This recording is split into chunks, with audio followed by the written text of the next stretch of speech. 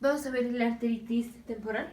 Arteritis temporal a veces se llama arteritis bitemporal porque tenemos comúnmente involucramiento de las dos arterias temporales. También se le llama arteritis de células gigantes. Arteritis de células gigantes. Y ahorita van a ver por qué se llama así. Entonces, esto va a ser una vasculitis, como ya lo vimos en el video anterior. Va a ser una vasculitis y va a ser vasculitis de vasos grandes. Principalmente las arterias afectadas van a ser las ramas de la arteria carótida.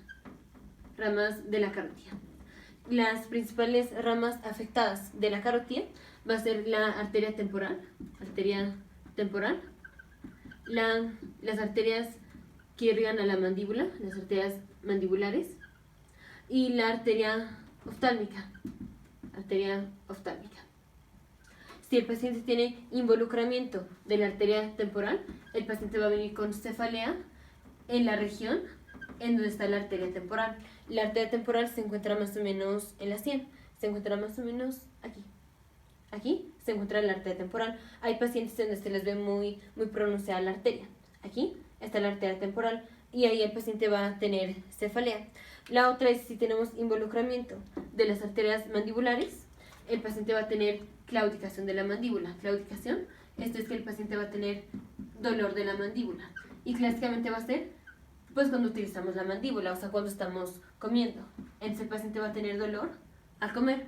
Y si tenemos involucramiento de la arteria oftálmica, el paciente va a tener trastornos visuales. Ahora vamos a ver específicamente cuál es la afección o qué es lo que pasa en la arteritis de células gigantes. Entonces, esta va a ser una vasculitis, ya vimos de vasos grandes, pero es una vasculitis granulomatosa. O sea, vamos a tener granulomas. Y recordemos que un granuloma está compuesto de los histocitos epitelioides de las células gigantes, y de un anillo de linfocitos. Entonces, esto es lo que vamos a encontrar si hacemos una biopsia de la arteria involucrada.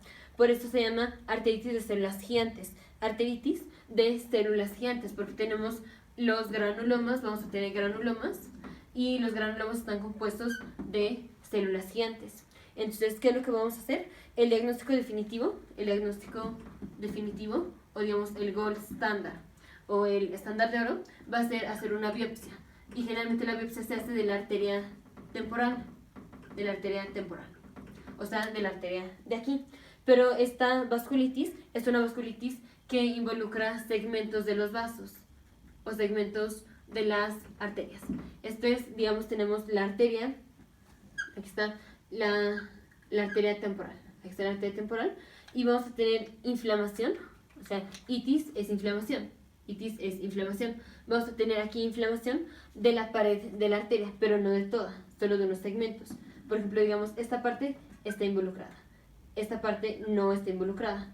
Digamos, esta parte está involucrada, esta parte no está involucrada. Y así, entonces es una vasculitis que involucra segmentos de las arterias. Cuando hacemos una biopsia, puede ser que al hacer la biopsia hayamos agarrado, digamos, esta parte de la arteria. Entonces, si agarramos esta parte de la arteria, obviamente la biopsia va a salir negativa, porque aquí no tenemos involucramiento. Entonces, ¿qué es lo que hay que hacer? Cuando hacemos la biopsia, tenemos que agarrar un gran segmento del vaso involucrado.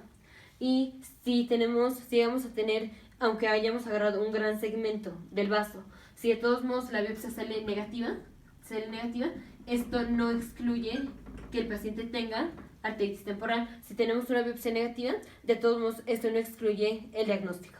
Si hacemos estudios de laboratorio, muy frecuentemente los pacientes vienen con elevación o digamos aumentado la tasa de sedimentación eritrocitaria o la velocidad de sedimentación eritrocitaria. Pues porque eso es un proceso inflamatorio. Itis es inflamación, y en la inflamación sabemos que tenemos elevación de la tasa de sedimentación eritrocitaria. Aparte, los pacientes que tienen arteritis temporal o arteritis bitemporal, como tienen involucramiento de la arteria oftálmica, muy frecuentemente si no los tratamos rápido, pueden tener ceguera, y es una ceguera irreversible. o sea, va a ser ceguera permanente. Por eso los pacientes que sospechamos que tienen arteritis temporal, en el momento en el que sospechamos que tienen arteritis temporal, en este momento tenemos que dar el tratamiento. Y el tratamiento son los corticosteroides. Entonces, si tenemos un paciente, sospechamos que tiene arteritis temporal, no nos vamos a esperar hasta tener el diagnóstico definitivo. O sea, ni le vamos a sacar estudios de laboratorio, ni le vamos a hacer la biopsia antes de darle el tratamiento. Primero le vamos a dar los corticosteroides y luego ya vemos si le hacemos estudio de laboratorio o si le hacemos la biopsia de la arteria temporal. Pero lo primero es, paciente que sospechamos que tiene arteritis temporal, tenemos que darle corticosteroides en este momento para prevenir la ceguera. Entonces, eso es una de las cosas más importantes. Otra, los pacientes, aparte de presentarse con los síntomas de involucramiento de cualquiera de estas arterias, más o menos como el 50% de los pacientes, que tienen arteritis bitemporal, también tienen polimialgia reumática. Ya esto lo vimos en la sección de reumatología, pero rápidamente la polimialgia reumática se presenta con mialgias y artralgias.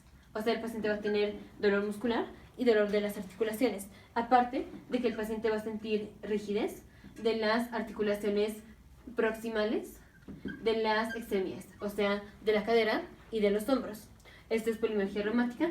Ya específicamente esto lo vimos en la sección de reumatología, pero es muy frecuente que el paciente que viene con artritis temporal también venga con mialgias y artralgias, porque también va a tener polimialgia reumática.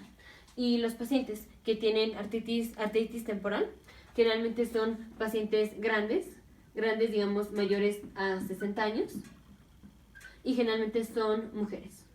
Entonces, un caso clásico sería, digamos, una mujer de 80, 60 años, por ejemplo, y viene con cefalea en la región de la sien, viene con trastornos visuales y viene con dolor de la mandíbula cuando la paciente come, porque tenemos involucramiento clásicamente de estas tres arterias.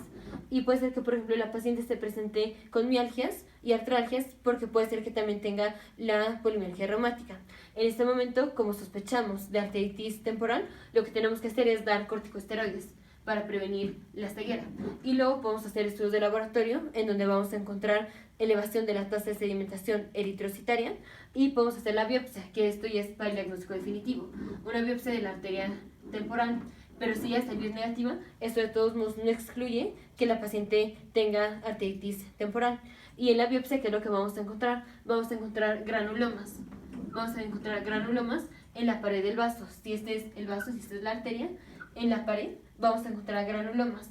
Ya en un video anterior vimos cómo están compuestos los granulomas, que están compuestos de histocitos epitelioides, células gigantes y un anillo de linfocitos.